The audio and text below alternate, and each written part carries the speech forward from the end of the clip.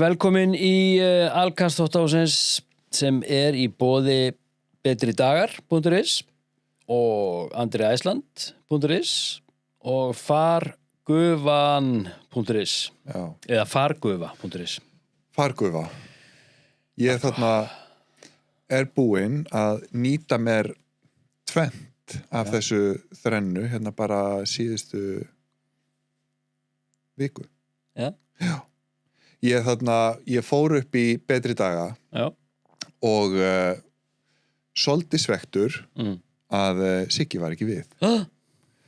Siggi náttúrulega alveg bara átinn að bát hérna og þú veist, businesskall með mörg járn í eldinum. Mikið að gera á sig af. Já, og þarna var sko Siggi í teppakaupum.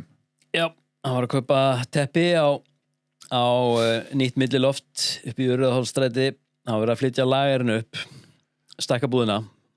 Og teppi á milliloftið? Já, bara svona teppaflísar. Já. Já. Ég sá bara einmitt einhverja iðnaðarmenn þarna einhvers staðar svona... Ég var ekki búið að setja milliloft? Nei, þeir voru eitthvað svona baka til þarna. Já, það milliloft þarna bakvið. Já. En hvað varst að fara að kaupa upp í betri dögum? Síladít. Síladítið? Já. Shit, það nú meira djöfusis ofur efnið maður. Já, ég get svo svarið að þetta bara... Þú að fara aftur þá? Já. Ætlar ekki eitthvað að díla við hann? Jú, ég þarf að díla við hann. Það alltaf hægt að díla við betri daga, farið upp yfir, hittið Sigga, það meira þess að afsláttakóði hérna sem að þið hérna úti sem að hlusta að horfa getið notað. Já. Þvottahúsið. Já. Gefur ykkur 15% afslátt. Já, ég meina, þú veist. Það bara svo tvöfaldur krumpudýra afsláttur. Allir lífeyrislega afslátt. Já. Ég tek 15% alveg bara alla daga, sko. Já, það mjög góður afsláttur. Eða ókipis. Já, þannig að það semst vítamín og flottasta, vandaðasta úrval á CBD á Íslandi, alveg þó víða væri leitað. Og síladít. Síladít maður, og síladít og ashwagandha. Já. Sko, málið ég var að hugsa þetta daginn.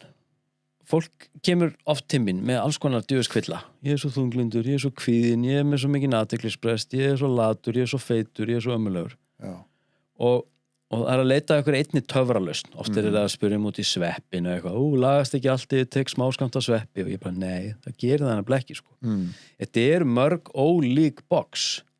Veist, sveppurinn, hann kannski hjálpar okkur með að svona opna hugan okkar og auka svona sköpun í auðvitað samskiptum við fólk, en líka bara í öðlast svona meira skapandi sýn á sjálfan sig. Já. Og sjá einhvern veginn svona sitt innra tilfinningarlíf frá svona aðeins víðara sjónarhorni sem frábært. Geggjað. En þú ert að tala sko einmitt. Ég að tala psilocybin. Já.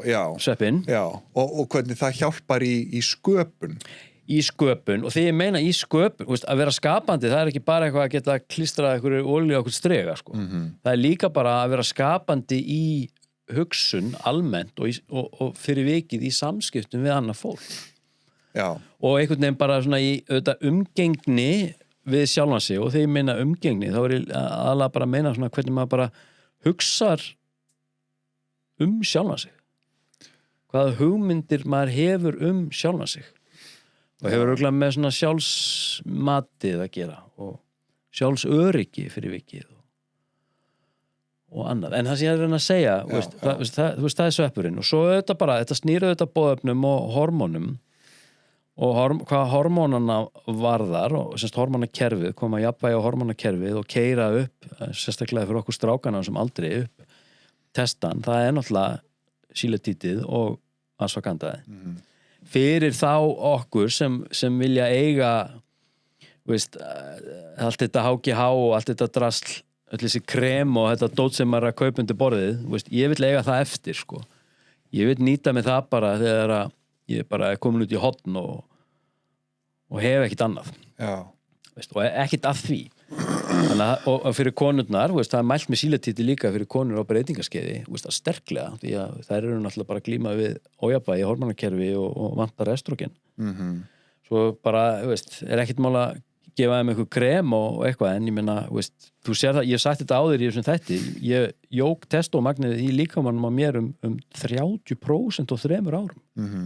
Þetta náttúrulega svakalega tölur. Já. Og og ég finn þessa breytingu sem sagt í líðan minni sem sagt tilfinningakerfið mitt og hugurinn minn og bara í samræmi við þessi 30% hækkun á testa. Hann þarna Birkir sem var hérna hjá okkur daginn, talaði líka þetta sko, að þarna hann hefði fundið fyrir minna svona, þú veist, svona væli einhvern veginn, orðaði það ekki þannig að þú veist, það væri svona minna eitthvað kalla fíla. Maður bara skilvirkari og sjálfbærari og glaðari og hugrakkari og og ég meina hún sér bara eins og andstæði pollu hugrekki er náttúrulega bara kvíði. Andstæði pollu gleði er bara eitthvað reiði og útvarpssaga. Ég er bara eitthvað hringin í útvarpssögu, eitthvað að frussa yfir lið. Kannski vantar mig bara að testa.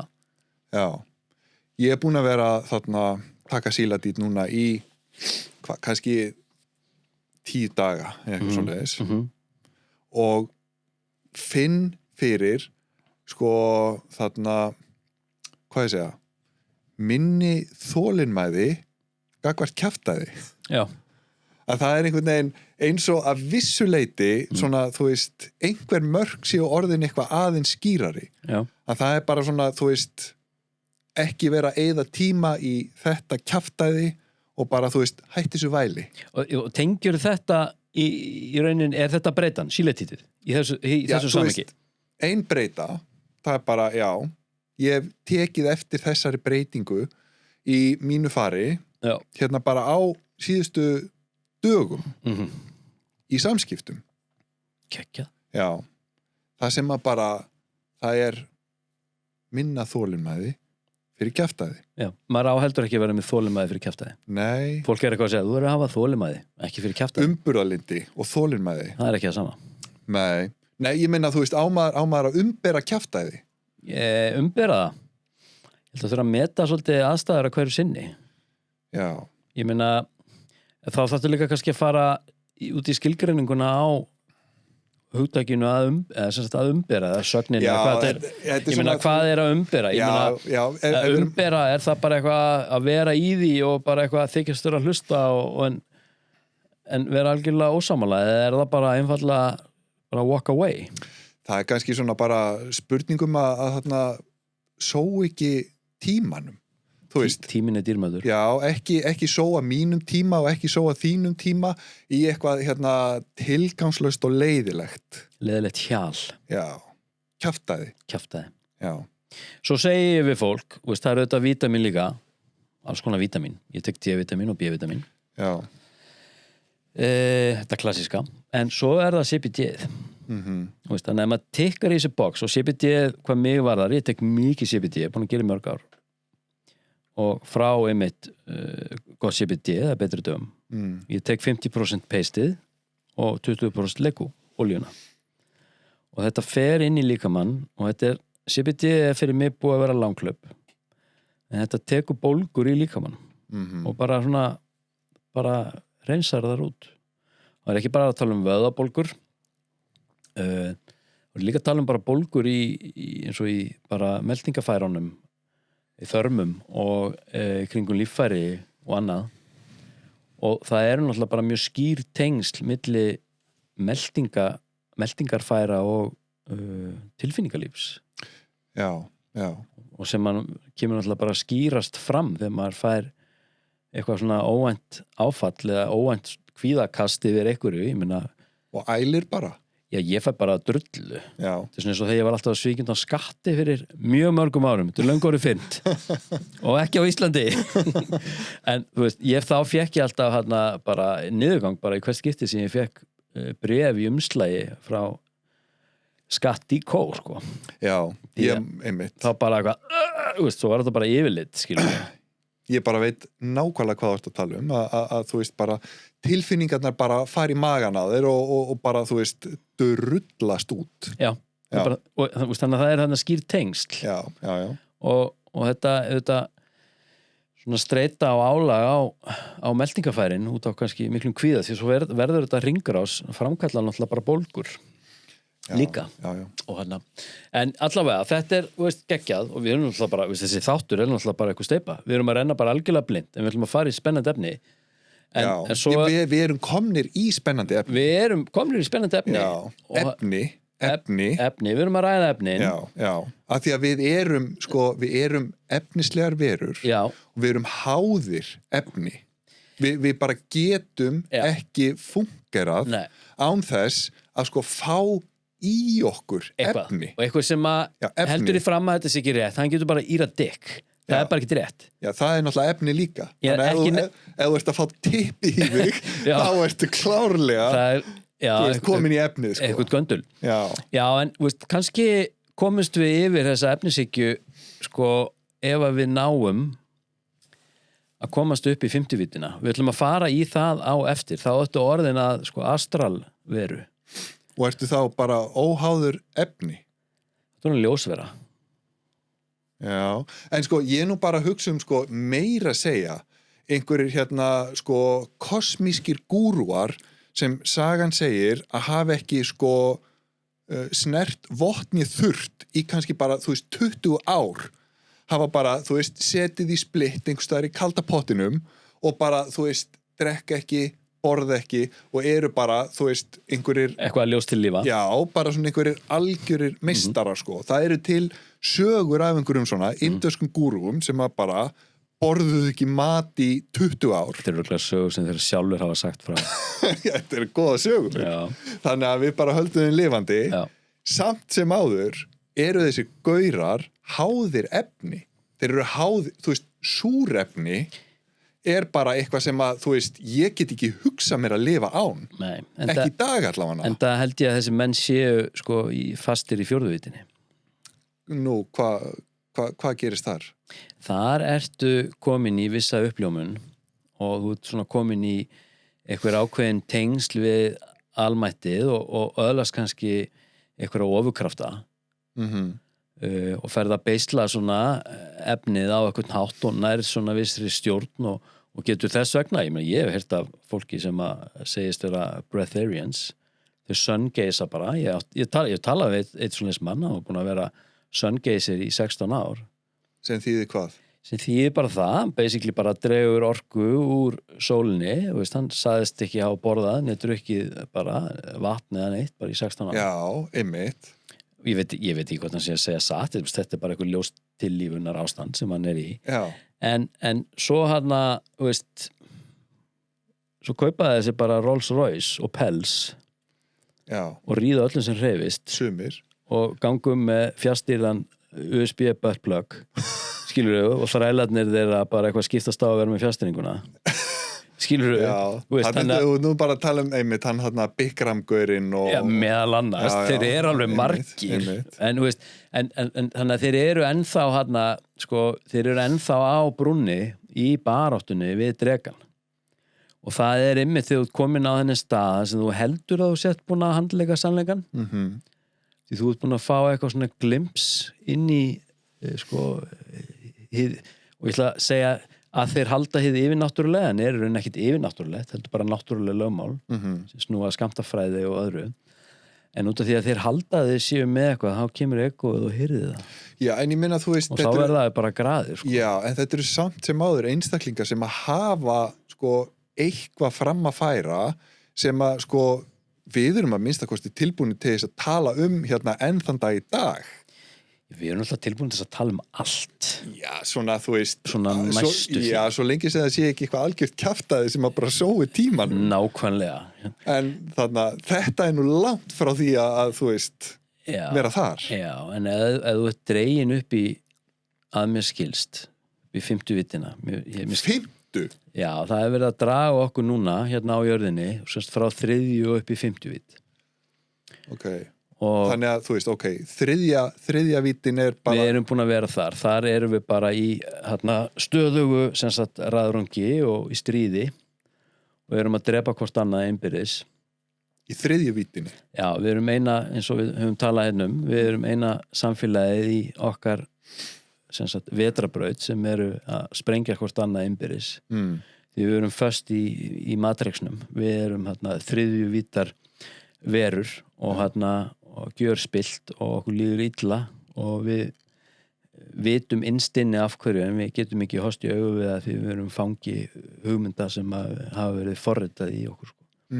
Við erum bara eins og svona dúplókubbar þannig að en svona, við ætlum að fara í þetta er uppfærsla Galactic Federal sem er hafin í samvinnu í rauninni, þetta er samvinnuverkefni Galactic Federal það sem er bara aðgerð í gangi sem og að það hefur verið að nýtast á við hjartslátt jarðar sem að mælist í Schumann resonansnum sem sagt 7,83 Hz sem er bara andardráttur jarðarinnar í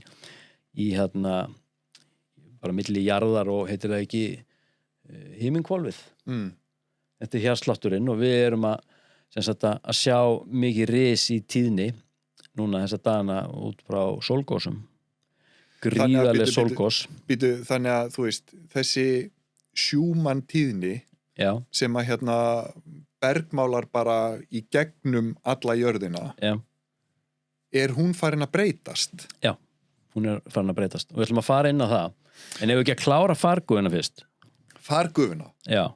Andri er náttúrulega bara alltaf eitthvað að anda og kæla og hann er að fara að henda út tjaldi hann er í Rauðagerði 25 Andri geggjaður Við erum ennþá að tala um sponsor já, Andri geggjaður og hann kíkið hann, Andri Æsland Breathwork Ég þyrfti nú að fara þangað bara svona fljótlega ég farið hérna eitthvað 2-3 mér finnst þetta mjög erfitt, þetta Breathwork sko. Ég vildi bara slaka á og tímabili náði ég svo mikil í slökun að ég vildi helst ekkert anda sko. Ég vildi bara ekki anda Ég vildi bara ljóst myrk tillífa í myrkrinu en svo er það fargugan við erum sem sagt ég er að mæta fast á þriðjudögum klukkan 8 í lokaðan hóp niður á Skarfaklett þetta er sem sagt móttökunefnd Galactic Federal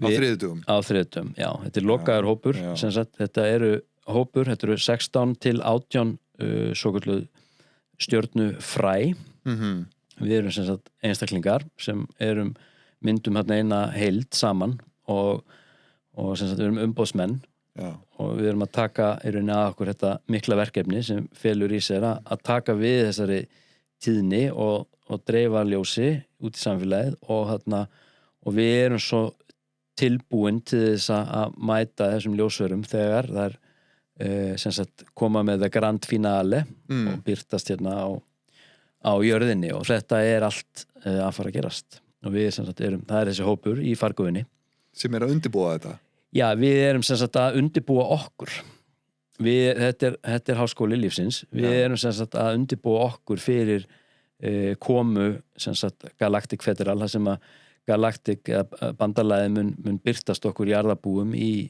sem sagt efnisheim ef við erum að fara að bjóða okkur í klúbbin já það, sko, við erum í klúbbnum fyrir þeim en við erum ekki samt sem áður sko, komin upp í þann þroska sem þriðjuvítar verur þar sem við getum farið að taka virkan þátt þannig að þess vegna er verið að nýta sér í rauninni þessi sólgos og afstöðu þessara plánetna sem heimintungla sem eru búin að vera í gangi núna Það var einmitt einhver uppbröðun á plánetum núna bara hérna fyrir nokkrum dögum síðan þú sást það bara í beinni röð þannig að þessi atburður og sem sagt sólgosa sko brjálaðið sem er í gangi á sólinni er búin að vera að hafa þessi áhrif og Galactic Federal sér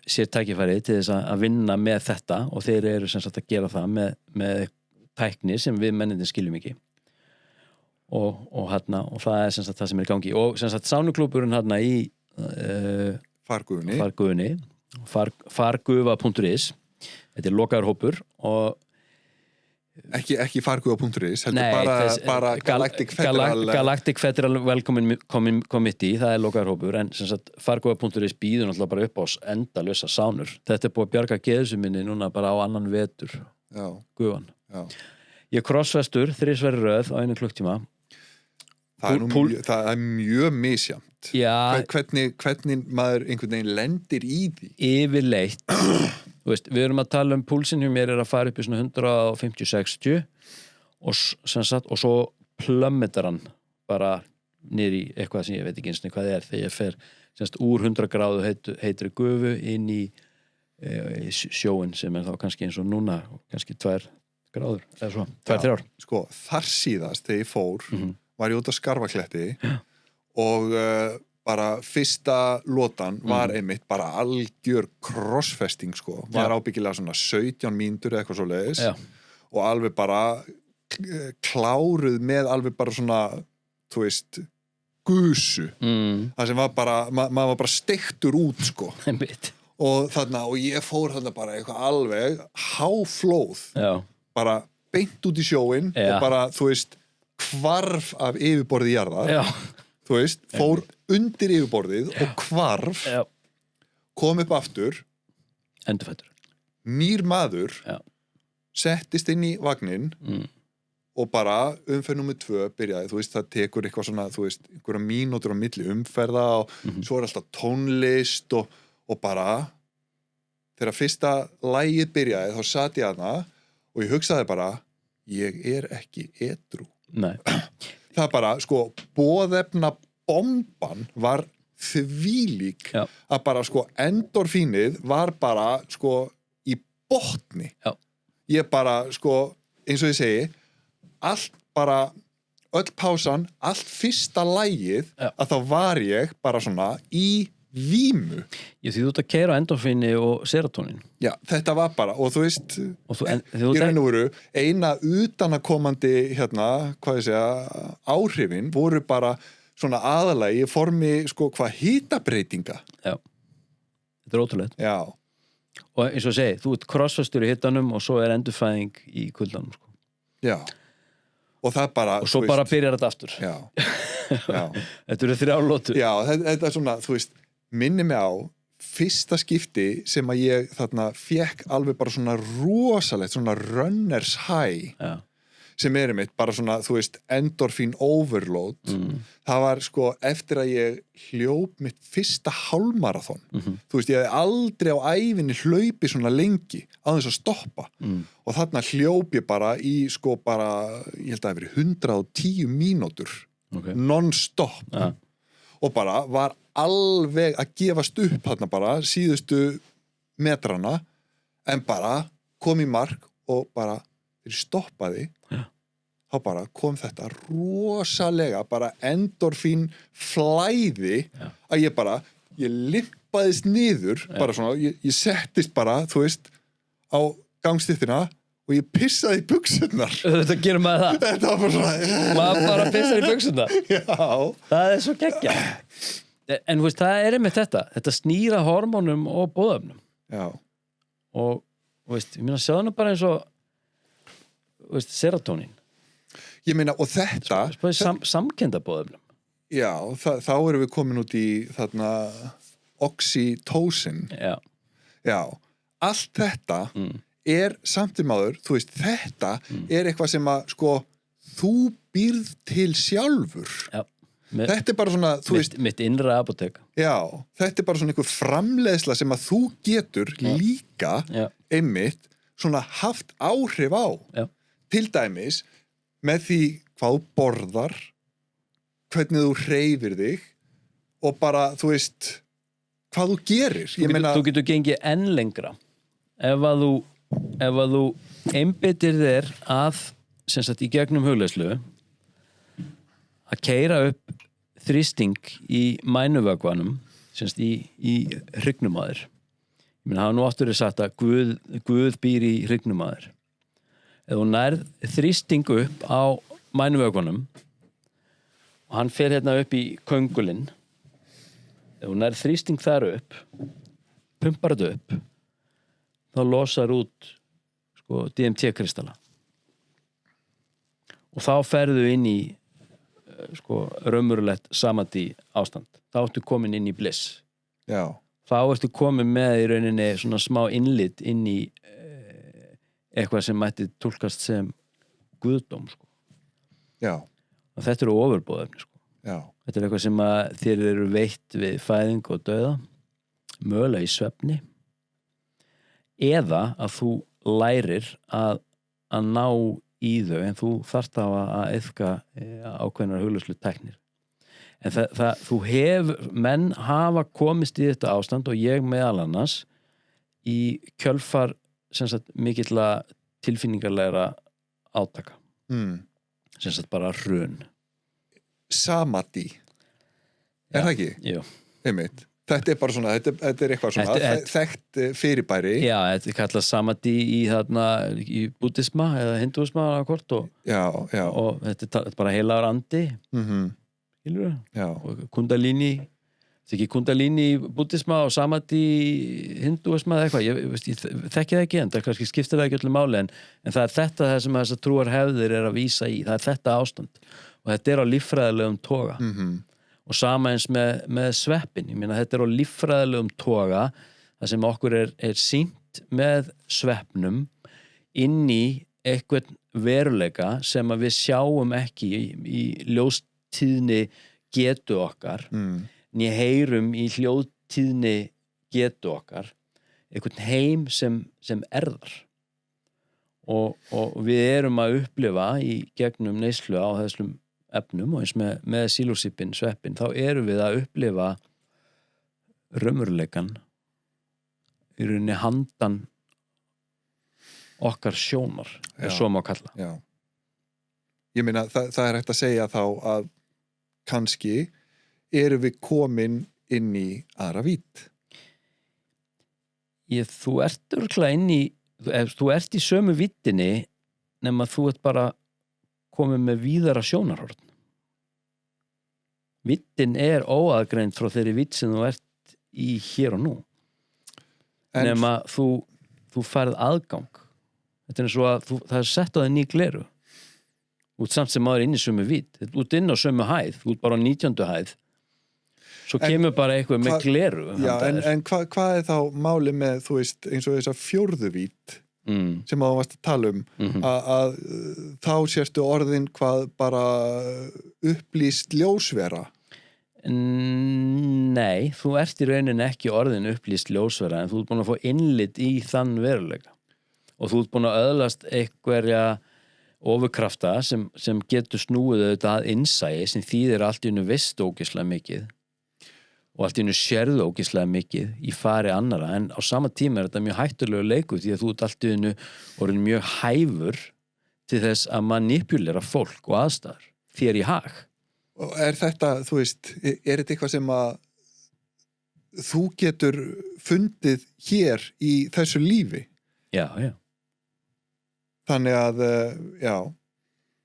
Klárlega. Ég vil meina að sko, ef ég tala fyrir sjálfa mig að einhverju leiti þá er ég búin að vera sem sagt, ég er búin að vera að stíga inn í þessa fjórðu vídd núna síðustu 10 árin og er þar í dag með sko annan fótinn í fjórðu víddinni en hvað var það 50 víddina þangað er ég ekki komin en það er verið að draga mig þangað ég finna mjög skýrt og greinilega og þetta ferli byrjaði núna áramótin Já og þetta, sko, og þegar ég er í uppgjafar ástandi sem sagt upp í rúmi sofandi þá er ráðist á mig þá er Schumann resonans að vinna í mér þar er ég í uppgjafar ástandi er ekki í amstri dagsins og ég er að finna fyrir mjög líkamlegum einkennum sem sagt á nóttunni og þetta er að lýsa sig þannig að ég er að vakna svona 2-3 yfir nóttu og yfirleitt svona 3-4 og þegar ég vakna klukkan 3-4 og þetta er ekki eitthvað sem ég hef annur ég hef alltaf sofist bara straight í gegn ég er að vakna með ærandi tinnitus það er eins og einhver sé bara með einhverja hátíðni hátalari í eyrunum á mér og þrýstingur inn í eyrunum ég er á nóttunni ég er að vakna svona aðra hverja eða þriðju hverju nótt með ofurnæma heyrn ég heyri í rafmagni í húsinu mínu ég er farin að heyra í sko gangverkið í vekjaraklukku konuna minnar og ég taka það fram, þetta er Rándýr Arni Jakobsen klukka sem enginn hefur heyrt neitt í áður, aldrei hún farin að æra mig, gangverkið, og klukkan er í 3 metra fjarlægð og þú ég myndi koma með klukkan inn og þú væri með hann að við fram að þig, þú myndir ekki heyra neitt, þú myndir heyra örlítinn ómæni og þú myndir setja hann alveg upp eyrun ég að klíma við höfuðverki það nýtt, ég hef aldrei verið að klíma við höfuðverki, ég er búin að með höfuðverki allan dag, stundum mjög staðbundna hérna bak við hægra augað ég að upplifa bara áður óþekkta ró, öryggi mikla trú, gríðarlegt innsæi og ég farin að finna fyrir því að mér eru allir vegir færir. Ég get manifesterað, ég bý yfir getu til þess að manifestera hvaða fucking efnisraunveruleika sem ef ég legg mig fram í það. Eina sem krefst auðvitað vilji til vissra breytinga og svo bara einbeittur ásetningur og svo bara verkefni framöndan og execute. Já. Þannig þau náttúrulega þú bara komin út í hérna sko bara galdra. Já, en svo þetta ekki galdra sko. Þetta mátturinn í hverja einustu hugsun sem hefur með skammtafræði. Hverja einustu hugsun bara lítil orkueining sem leitast eftir því að verða sem sagt af ytri áþreifanlegum raunveruleika. Þannig að ef þú vilt bara deyja, ef þú vilt vera bara get busy dying eins og langflestir, þá færðu bara krabbamein í rassinn og deyr bara þunglindi og verður bara alltaf ógeðslega fucking fátækur og allir misnotaði kynferðislega. Bara sorry to say, ef ég verður núna hengdur af einhverjum öfgafeministum, það skiptir mig engu máli, það snertir mig ekki. En ef þú vilt fá bara farsæld, þess að þú ert ekki fórnarlamb í samfélagi og ert bara með lífið fullt af ykkur abundance, hvort það sé tilfinningarlegs eða félagslegt eða efnislegt allsnægtir, þá nærðu bara í það. Ef þú vilt frægð, nærðu bara í fræðina líka. Það ekkert mál. Eina sem það krefst bara ákveðin fókus, þú ætti að vita hvað þú vilt, þetta ákveðin fókus og svo krefst þetta bara einbeitt sprotavilja. Og maður þarf að þekkja þessi lögmál sem býr á bak ykkur einustu hugsun. Hver einasta hugsun máttug sko, þótt hún sé lítil sko. Ég get rifið mig niður, ég get bara get busy dying eða get busy living sko, fully. Já. Og þetta fjórðavítin og mér finnst eins og það sé verið að draga mig yfir í 50 sko. Að það sé tilgangurinn. Ertu þá að meina að þetta innsæi eða þessi meðvitund þennan hæfileika að þú veist manifestera sínar eigin hugsanir? Þetta alkemía maður. Þetta gullgerðarlist. Já. Að þetta sé hvað, þú veist, þín fjórðavít. Já. Klálega. En þá ekki, þú veist, þó að það sé ekki nema sko kannski bara í hérna eitthvað bara augnablik að einstaklingur sem þá kannski bara undir áhrifum sílósípin finnur fyrir innsæi, tilfinningum, sér fyrir sér hérna, þú veist, heima og geima, einhver staðar innra með sér og einhver staðar annar staðar hérna fyrir utan að þetta ástand getur þá verið, það ekki í raun og veru sko, þó að það sé ekki nema hérna tímabundin flutningur í fjórðuvítina. Jú, ég held nefnilega, veist, til þess að útskýra þetta, allar þessar vittir eru bara allar upp á 19. hæð. Upp á 19. hæð? Tekið bara sem dæmi, sko. Já. Þetta allt sama fucking hæðin. En vittirnar eru allar þar, sko. Við erum ekkert að skipta við erum ekkert að fara á einhverja aðra staði. Við erum öll bara einhvern veginn í sama umhverfinu, á sama staðnum. Það breytist í rauninni ekkert nema við breytumst að innan. Ég meina, þú bara framleiðir þetta sjálfur. Já. Þú býr til þín eigin boðefni og það, þú veist, á endanum það ekki þú sem að býr til þetta krabbamein. Ég býða til. Já, að þetta bara, þú veist, þetta eitthvað innra með þér. Með hugsun og gjörðum. Kannski að einhverju leyti, já.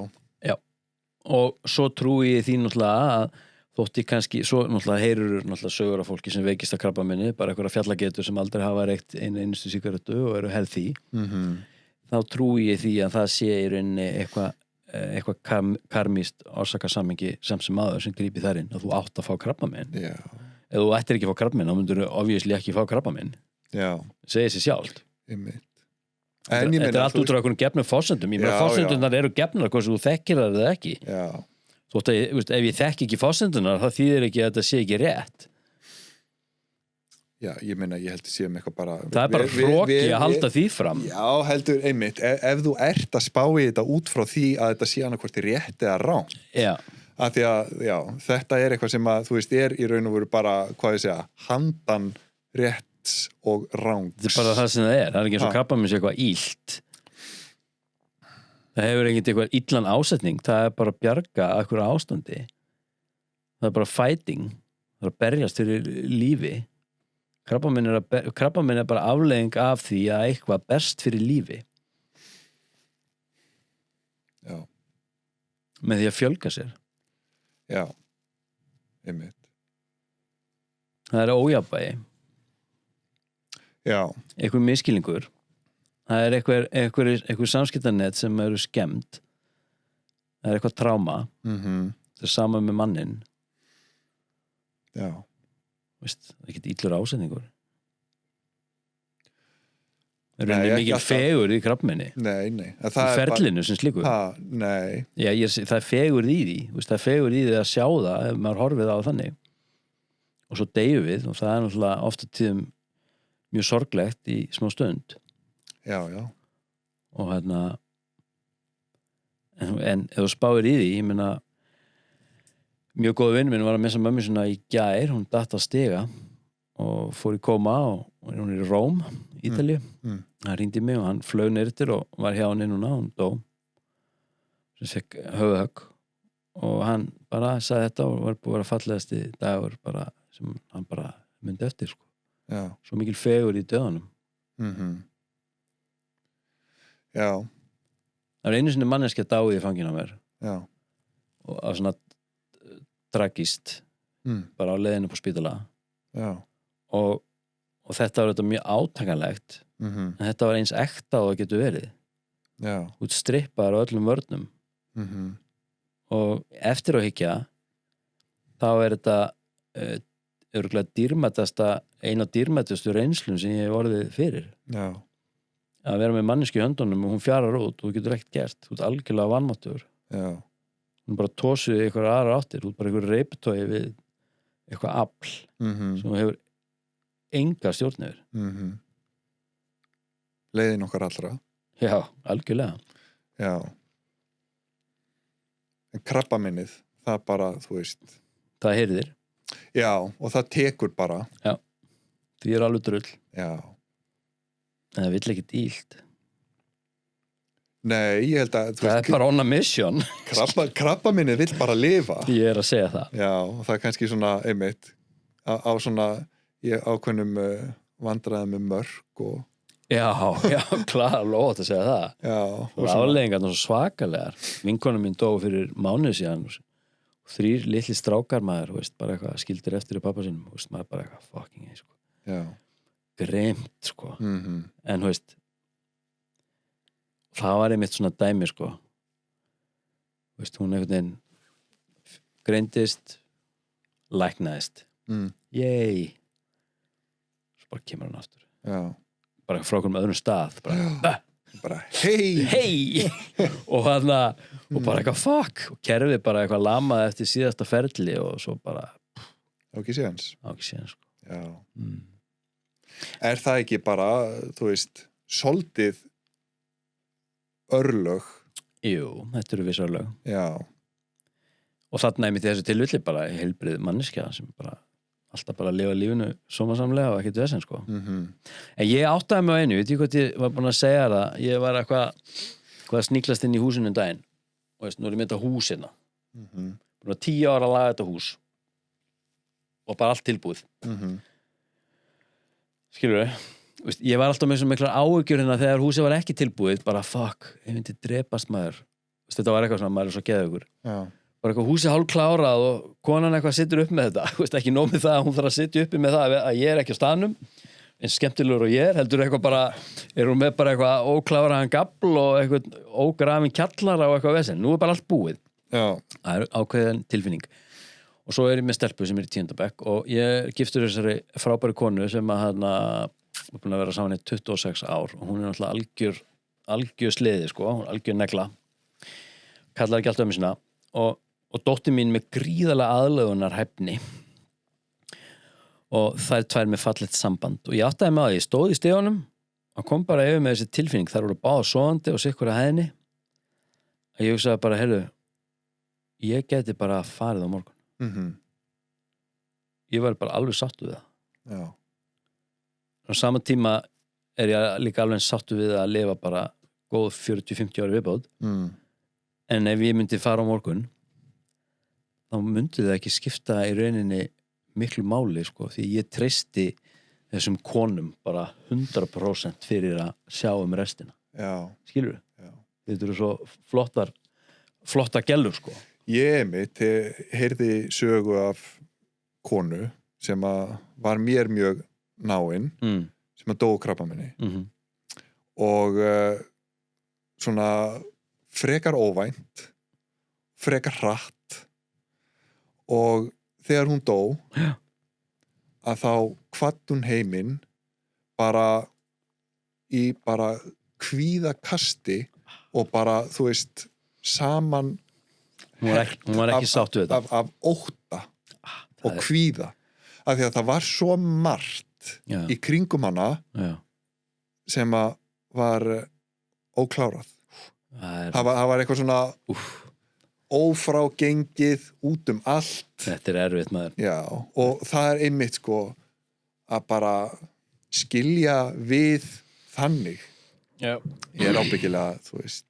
Mjög erfitt. Já. Enda eins og ég segi, ég náttúrulega bara að tala fyrir sjálf á mig. Já. Og ekki fyrir höndin neins annars. Nei.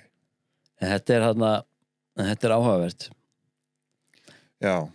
En ég var sem sagt en við erum ennþá að tala um sponsoruna. Þetta er allt tengt fargufunni, sko. Já. Sko, ég er búin að vera undirbúa mig fyrir hennin fyrirlestur. Já. Og þetta er náttúrulega eitthvað nýtt. Maður er eitthvað beðin að fara og hendi eitthvað fyrirlestur. Sem sagt UFO. Og Galactic Federal. Nú, var það eitthvað svona sérstakt? Já, þetta er náttúrulega bara tengist. Þetta er náttúrulega ég fekk náttúrulega bara frjálsar hendur en upprunalega var náttúrulega bara að tala um UFO, geimverur. Þetta eru flíildin sem slík, sýnirnar, tilfellin og svo þetta líka UFO í svona, hvað segja, svona forsögulegu samhengi, út frá hindúisma eða út frá biblíutextum, Egyptum og frumbyggjum Ástralíu, Norður-Ameríku og Suður-Ameríku, hvað veit ég, Inkarnir og allt þetta. Já. Allir með sína sögu. Allir með sína sögur og skýrast þetta úr hindúisma, Vimanas, geimskip sem fór með fólk og einhverja guðlega verur bara á milli sólkerfa, bara eins og ekkert væri. Myndir af þessu, tekníkar af þessum geimskipum, sko. Bara svona eins og einhver fljúgandi jólatré, sko. Já. Geggja stöf, sko, en svo eru þetta í þessum fyrirlestri, ég ætla að fara yfir þetta svona aðeins í byrjun og svo þetta Roswell og Phoenix Lights, við erum búin að fjalla um það hér og svo eitthvað Dr. Stephen Greer og svo þetta Bob Lazar Jake Barber og sem sagt yfirheyslundnar sem sagt 2023 sem sagt Freyvor og Ryan Graves og Grush og þeir tengjast þessum gimbal, tic-tac og go fast myndböndum öllum og svo ætla ég enda í rauninni á Galactic Federal og Schumann Resonance og taka svo lokin sem sagt íslenska frásagnir þar sem við höfum verið að fjalla um hér meðal annars. Já. Og þeir reyna að pakka þessu inn í 90 mínútur og þetta verður sem sagt 27. mars held ég. 5. degi. Já, 5. degi. Þetta er sem sagt hjá Sálarannsóknarfélaginu. Já. Í Skipholti. Einmitt. Og það verður bara skemmtiatriði. Þetta verður skemmtiatriði, sko. Já. Ég er búin að ég búin að skrifa niður, ég gerði manus eða handrit og svo þetta, veist, þegar ég fer eitthvað að æfa mig á sig þá þetta, basically þarf ég ekki handritið per se, það alltaf að geta að hafa það með. Já. En þetta einmitt svona skemmtilegi hluti sem allt í einu að poppa upp, sko, þegar maður beðin eitthvað svona. Og og einmitt að vera í ástandi til þess að, já, við tala þetta mömmu gær og hún var ertu ekkert stressaður? Og ég meina eins og þú kannski þekki líka sjálfur út frá því sem við erum að gera, veist, að standa fyrir framann hóp af fólki og í svona langan tíma og með svona mikla athygli á þér. Það nú ekkert mörg ár síðan að ég myndi finna allavega fyrir kvíða gagnvart þessu. Já. En ég geri það ekki. Nei. Sem að mjög einkennilegt út frá hvað ég segja, sögunni. Já. En ég meina skýtt með söguna ef að núna þetta svona bara klálega. Já. Hefur þetta ekki eitthvað með aldurinn að gera? Okkur ekki bara meira dröll? Við erum búin að slíta strengi með foreldrana.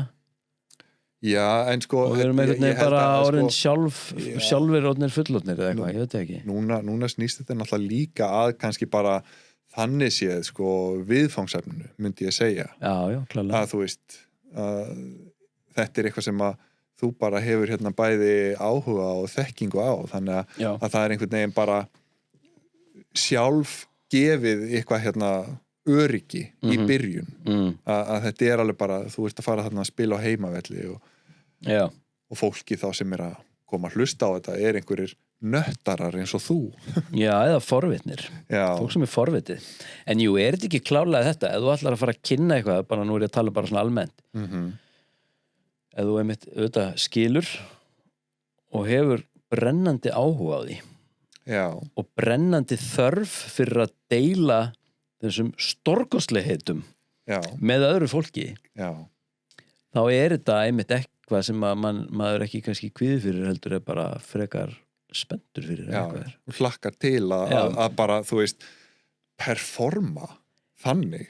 Já, og ekki í þeim tilgangi, þú veist, sem maður myndi kannski halda að það myndi fóðra eitthvað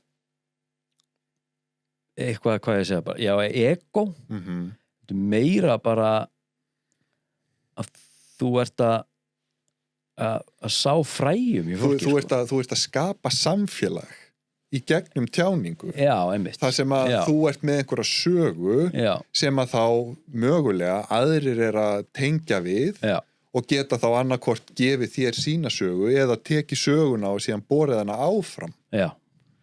Þannig að þá getur það einmitt í gegnum tjáningu og sögu bara verið samfélag. Já. Móttökunefnd. Já, einmitt. Og umboðsmenn.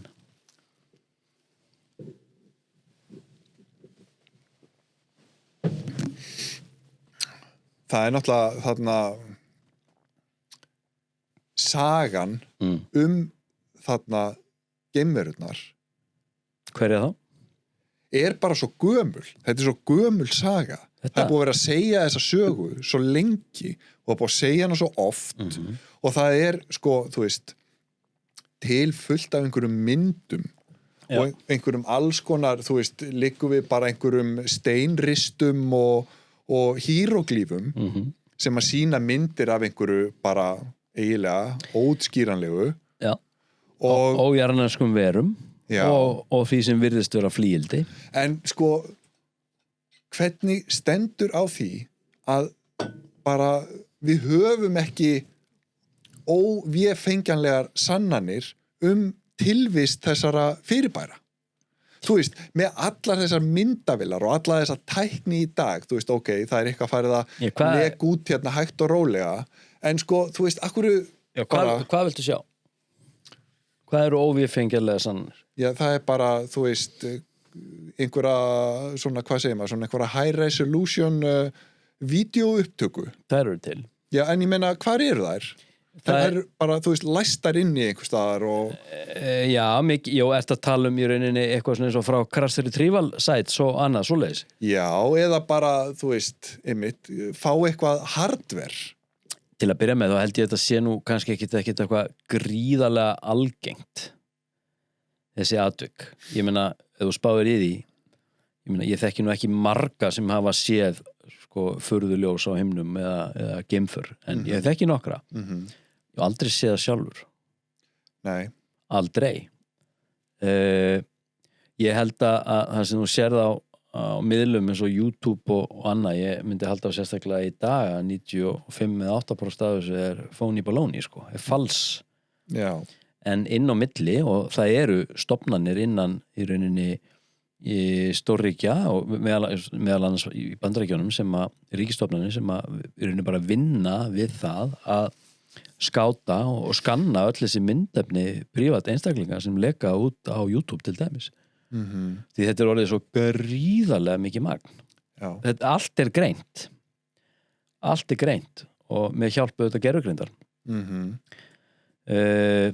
Við erum að sjá, ég meina, Dr. Stephen Greer er búin að vera vingsa hérna framan í okkur í áratugi hinn og þessi skjöl, hinn á þessa fundagerðir, hinn á þessa pappíra, mikið af þessu er aðgengilegt inn á bara heimasíðu, í rauninni bara gagnasafni heimasíðu CIA, ef að fólk bara drullast til þess að leita þessu. Ég hef gert það og þetta er þetta.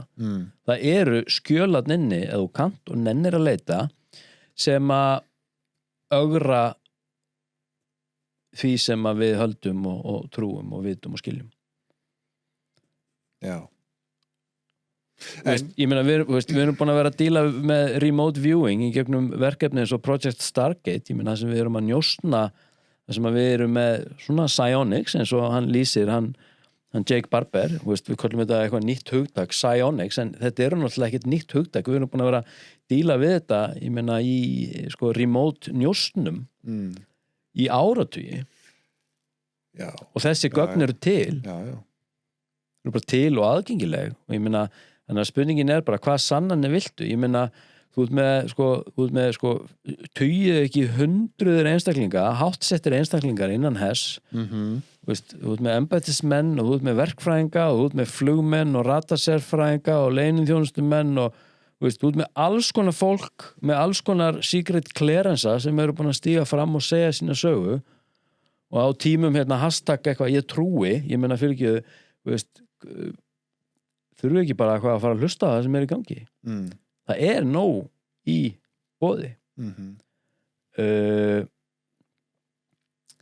En það sem að gerist núna, við fjöllum náttúrulega þetta í fyrstu 3 þáttum þessa árs, átt að fara allir þessi sveifla á stað og ég sagði nú söguna af manninum í þessari afmælisveislu þarna sem að var í sambandi við ráðgjafan hann inn í Donald Trump að það verður 600-700 uppljóstrarar á leiðinu á þessu ári. Já. Árið er nú ekki liðið, það er rétt að byrja. Já. En það er náttúrulega bara búið að fara rosalegt fucking púður núna síðasta mánuð. Það er allavega það sem þú sérði í fjölmiðlum. Bara í allt þetta stríðsrugl og eitthvað tískan að hata Trump. Skilur við. Og Elon Musk er allt í einu orðinn fasisti og þú veist, þetta er bara sjúklega þreyttur fréttaflutningur En þannig að þetta tekur gríðarlega mikið pláss núna. Það kemst einhvern veginn ekkert annað að. Já. Þú veist, það er bara eins og með Trump, ég meina það er bara eins og fólki finnist bara eins og hann hafi bara eitthvað náðu völdum bara, þú veist, með einhverjum landráðstilburðum fyrir ekki, það var bara kosinn. Það er bara endurspegla vilja þjóðarinnar. Það er nú ekkert flóknar en það. Nei, ég meina þetta er bara það sem að fólki vill og það er bara svona virkar lýðræðið. Já, einmitt. En svo er verið að náttúrulega gefa það í skinn að ekki lýðræðið sé að ræða, það er náttúrulega eitthvað sem er búið að vera að tala um sambandi við þessar kosningar þarna í Bandaríkjunum að þarna þeir voru farinir að setja þetta að þarna republikanarnir og þá meina ég kannski þessi þarna Elon Musk armurinn á þessari þarna kosningavél að setja þetta þannig upp sko, að þarna demokratarnir hafi verið búin að sko í raun og veru setja kerfið þannig upp og voru bara það bil að fara að rigga kosningakerfið í Bandaríkjunum þannig að það ætlað að flæða markaðinn með ólöglegum innflytjendum sem áttu að kjósa demokrata og tryggja þeim þessi svokölluðu swing states. Já. Þannig að allar kosningar eftir þetta yrðu bara landslide demokratar. Af því að, þú veist, landslægið í Bandaríkjunum virðist vera svona tiltölulega eitthvað stabílt og svona fyrirsjáanlegt að það eru bara ákveðin fylki sem að kjósa bara demokrata og ákveðin fylki sem að kjósa republikana og svo eru þarna einhver fylki í millum sem að, þú veist, þarf að berjast Já. Og þeir voru bara að halda þið fram að það ætti bara að flytja inn mörg 100.000 ólöglega innflytjendur og bara eitthvað plantaði með einhverjar borgir einhverstað, ég veit ekki, Ohio, Indiana eða eitthvað og bara gjörsamlega, þú veist, tryggja bláfylki það sem að eftir Við erum ekki tilbúin í lýðræði, sko.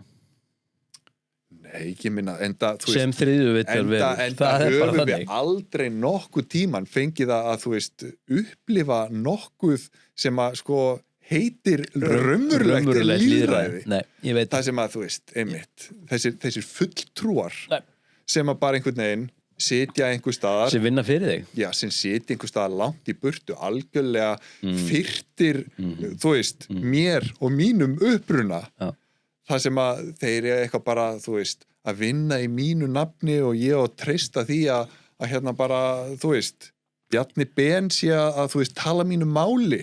Ég held að margir farið þær inn alveg með þann ásetning, sko.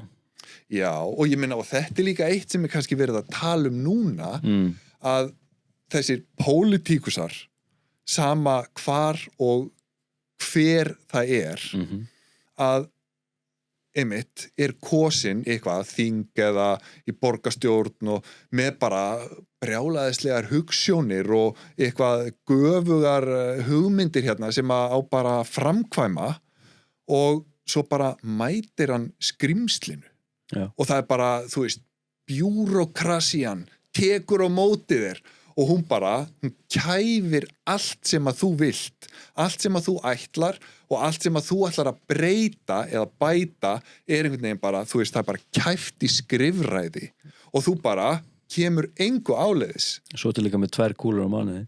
Já, ég meina, þú veist, og 2 aðstofamenn fyrir utan það.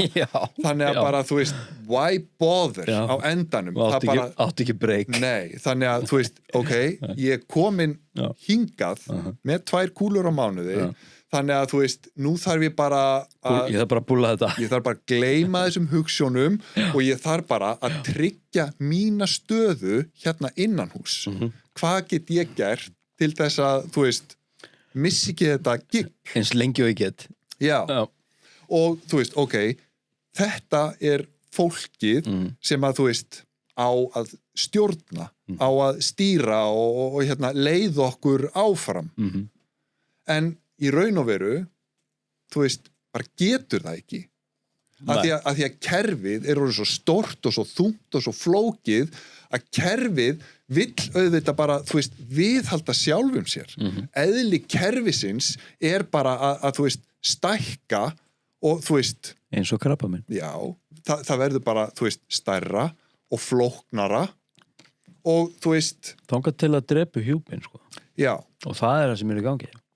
Það nefnilega málið að sko, þú veist, það sem að drepur krabbameinið ekki meira krabbamein. Nei. Þú þarft að fá eitthvað, þú veist, eitthvað nýtt. Það þarf að koma eitthvað annað til þess að drepa krabbameinið. Og eftir hverju eru við að auglýsa? Já, við erum búnir að auglýsa eftir hinnum upplýsta einvaldi, hérna alveg bara, þú veist, núna í 2 ár. Þannig að, þú veist, staðan ennþá opin og við bara bíðum. Það búið að taka þessa stöðu. Já, síðan, einmitt, koma bara, þú veist, einir og þessir. Já, sko, Galactic Federal á leiðinni. Galactic Federal, sumir myndu segja bandalagið hinn raunverulega lífræna anarkía bundin í heilbrigt lýðræði. Og hún að koma til jarðarinnar. En hvað með Trump? Er hann ekki hérna, þú veist, þessi upplýsti einvaldur sem að við erum búin að bíða eftir og á bara, þú veist, hrist upp í kerfinu og fá þetta bara allt til þess að svona smetla saman? Ég held að Trump sé bara svona gott partytricks. Já. Ég hef ekkert miklar svona eitthvað háar hugmyndur hann, sko. Ég held að sé bara eitthvað svona gott partytricks. Ég ekki vissum, hann gæti verið eitthvað svona rogue shapeshifter. Eðlufólkið. Er hann eðlufólkið? Já, en þá svona eðlumaður í mikilli mótþróaraskun og mjög líklega sko með langvarandi stöðu sem njósnari fyrir Rússa. Já, sem bara svona algjört aukaatrið. Ég held það í alvörinni. Ég held það að maðurinn sé með eitthvað tengsl og ég menna ekkert að því, það bara geggja gig vera í því. En þú veist, ég hef bara ekki áhuga á þessu lengur. Nei, en sko... Og þetta er bara orðið svo þreytt. Og þú veist, að tala áðan sko með hennan sko 0 tolerance fyrir bullshiti, að við séum bara ekki að eyða of miklum tíma og púðri í að surfa þessa miðla sem eru þarna til sýnis fyrir framan okkur, til þess að fóðra okkur á ákveðnum hugmyndum, til þess að forrita okkur, gefa okkur ákveðna hugsun, mynda ákveðna skoðanir, hata Trump, hata Putin, elska þennan. Já, en sko, þú veist, þetta er ekkert mennirnir sem að, þú veist, fá hlutin í framkvæmd í dag. Nei. Þú veist, það er ekki Trump í raun og veru sem er einhvern veginn að þú veist, að gera þetta, heldur eru sko tækni mógúlarnir og þessir sko sjúklega ríku óligarkar og Bezosar. Þetta eru mennirnir sem fá hlutina framkvæmda. Já, þetta eru mennirnir sem verða mjög fljótt núna teknur úr umferð. Já, þú veist, er það? Já. Eru þetta ekki mennirnir? Ég er ekki að tala um að þeir verða teknir af lífi, sko. Þeir verða teknir úr umferð og þeir komast, sko, annarkot veikjast mjög fljótt og deyja. Því það er líka eitt af einkennum þessarar tíðni hækkunar, að þú ert ekki opinn og keyrður áfram af samkennd, trausti og trú, þá myndu veikjast. En ég minna, hvernig eru þá þú veist, Trump og Biden menn bara á áttræðisaldri, einhvern veginn ennþá bara á uppleið, ja, kannski ekki Biden en ég myndi ekki segja sem menn séu beint á uppleið, sko. Ég minna að vissu leiti að þá bara einhvern veginn hefur Trump aldrei verið hann hefur aldrei verið eldri og hann hefur aldrei einhvern veginn verið bara, þú veist, bara hressari. Já, þú veist, meira bara á milli manna en akkurat í dag, sko. Kannski er hann bara shapeshifter. Já, ég veit það ekki. Já. Ég veit ekki. Þetta er hann að ansið þreytt ástand.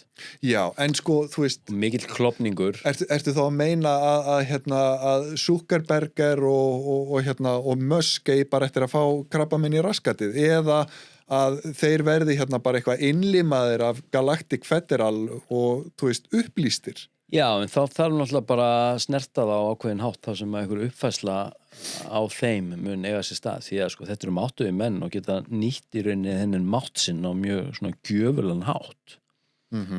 Spáðið, veist, þú getur annarkot bara, veist, göfgað allt í kringu þig og virkilega orðið að liði.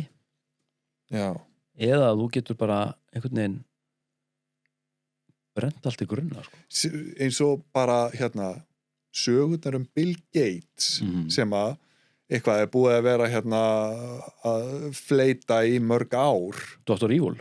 Já, bara nákvæmlega eitthvað svoleiði, sko. Að þessi gaur sé bara einmitt, sko... Hann passa til dæmis ekki inn í þessa nýju ríkmannajöfnu. Nú. Því hann er náttúrulega bara alveg, hann er algjörlega öndverið með því, sko. Ég meina, hann er hinn armurinn. á þessari Trump-jöfnu sem í gangi núna veist, eitthvað svona uberkapitalisti sem einhvern veginn komin algjörlega fram fyrir sjálfan sig og orðin að einhverjum uberkommunista veist, þetta bara eitthvað svona ríkasti kommunisti sem til bara, Hvað meinar það með því? Ég meina með því að veist, þetta bara svona vinstri kall sem að sko þetta maður sem að með ótrúlega mikið vald og alveg gríðarlega mikla peninga en tilbúin til þess að nýta sér þetta vinstra propaganda eins og umhverfis vá spádómana og veiru ruglið og allt þetta hvernig við ætlum að bjarga öllum einhvern veginn í Afríku og annað með því að dæla í hitt og þetta og breyta heiminum en svo hann bara með einhver allt önnur áform sem snýrir rauninni bara að því að ná stjórn á fjölda manna á jörðinni og gera í rauninni samfélagið skilverkara og gera iðnaðinn skilverkari, altså hvað var að frambúa eftirspurn því það er svo mikið að rusli Já, þarf að hreins út eitthvað af þessu óþarfa draslið þarna í Afríku eða? Já, veist, hann er í rauninni sko, stökkbrettur hægri armur og stökkbrettur vinstri hann er orðin að eitthvað allt annað hann er bara eitthvað allt completely different ballgame sko. Nei, ég minna, hefur hann ekki alltaf verið þetta? Jú, það er kannski bara, þú veist staðan sem hann er komin í dag gerur honum kleift að þú veist, að opinbera það. Manst ekki eftir fréttinni, þú veist, þegar hann kemur út á sínum tíma og segist allt í hennu bara alltaf að gefa 99% öllum auðæðum sínum í hjálpastarf. Manst ekki eftir þessari frétt? Þú veist, þetta eru 20 ár síðan. Já. Og maður bara eitthvað, vá, hvað hann er góður. Þú veist, hann er góður. Já, þetta er svona mannvinur. Einmitt. En svo bendir allt til þess að hann sé það ekki, sko. Já, það er svona eitthvað sem bendir til þess. Já. Og til dæmis einmitt var eitthvað verið að tala sko mögulega hefði hann verið einn af þarna viðskiptavinnum hans Epstein þarna á eyjunni þarna á sín tíma sko. Þannig að já. Ég meina Bill Gates sko í gegnum þarna, hvað heitir fyrirtækið?